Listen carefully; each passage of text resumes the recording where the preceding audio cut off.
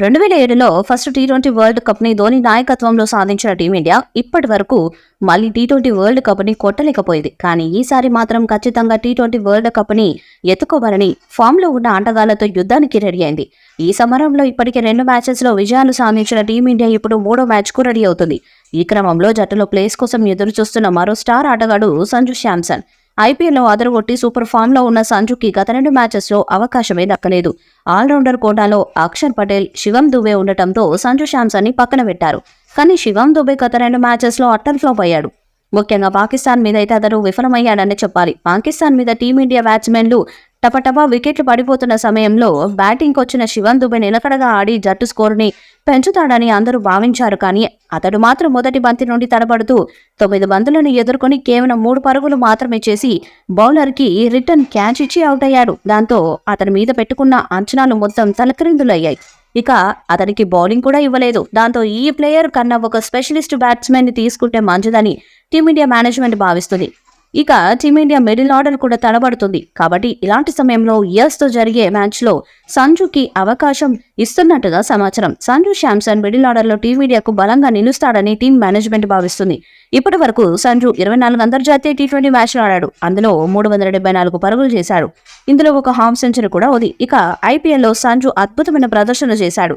పరుగుల వరద పారించాడు. కాబట్టి మిడిల్ ఆర్డర్ లో సంజు శాంసన్ కరెక్ట్ అని రోహిత్ సేన భావిస్తుంది.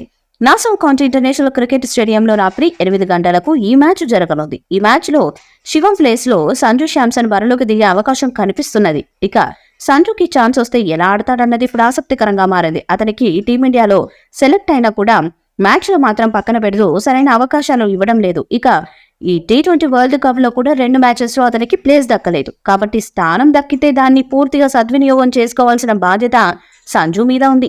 వరల్డ్ కప్ మ్యాచ్ ని ఎలాంటి ఒత్తిడికి గురి కాకుండా బ్యాటింగ్ కి దిగిన సమయంలో సంజు గనక రాణిస్తే తర్వాత జరగబోయే అన్ని మ్యాచెస్ లో అతనికి ప్లేస్ ఉండే ఛాన్స్ ఉంది.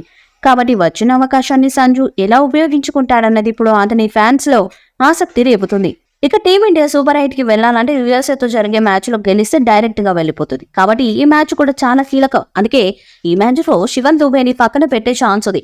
మరి ఈ కీలక మ్యాచ్ లో సంజు శాంసన్ ఏ స్థానంలో బ్యాటింగ్ వస్తాడు, వచ్చినప్పుడు అతని బ్యాట్ నుండి ఏ స్థాయిలో పరుగులు వస్తాయన్నది ఇప్పుడు ఆసక్తికరంగా మారింది. ఇక ఈ మ్యాచ్ లో సంజుతో పాటు captain Rohit Sharma, star batter Kohli కూడా రాణించాల్సి ఉంది. మొదటి మ్యాచ్ లో హాఫ్ సెంచరీ కొట్టిన రోహిత్ కీలకమైన పాకిస్తాన్ మీద తక్కువ స్కోర్ కి అవుట్ అయి నిరాశపరిచాడు. అలాగే స్టార్ బ్యాటర్ కోహ్లీ గత 2 మ్యాచెస్ లో కూడా సింగిల్ డిజిట్ కే అవుట్ అయ్యి ఫ్యాన్స్ తో పాటు జట్టును కూడా కలవరపరిచారు. కాబట్టి ఇద్దరు ఆటగాళ్లు మళ్లీ ఫామ్ లోకి రావాలని చూస్తున్నారు. దానికి యుఎస్ఏ మ్యాచ్ వేదిక చేసుకోవాలని ఫ్యాన్స్ కూడా కోరుకుంటున్నారు. కాబట్టి రోహిత్ శర్మ, విరాట్ కోహ్లీ అలాగే పాండ్యాకి కూడా ఈ మ్యాచ్ చాలా కీలకం. పాండ్యా గత మ్యాచెస్ లో సరిగ్గా ఆడలేదు, పరుగులు చేయలేక ఇబ్బంది పడ్డాడు. మరి కీలక మ్యాచ్ లో సంజుతో పాటు ఈ స్టార్ ఆటగాళ్లు ఎలాంటి ప్రదర్శనలు చేస్తారన్నది చూడాలి. ఈ వీడియోపై మీ అభిప్రాయాన్ని కామెంట్ బాక్స్ లో తెలియజేయండి. ఈ వీడియో మీకు నచ్చితే లైక్ చేయండి, షేర్ చేయండి, కామెంట్ చేయండి. మరిన్ని అప్డేట్స్ కోసం మన ఛానల్ ని సబ్స్క్రైబ్ చేయండి. అలానే పక్కన ఉన్న గంట సింబల్ ని గట్టిగా కొట్టండి.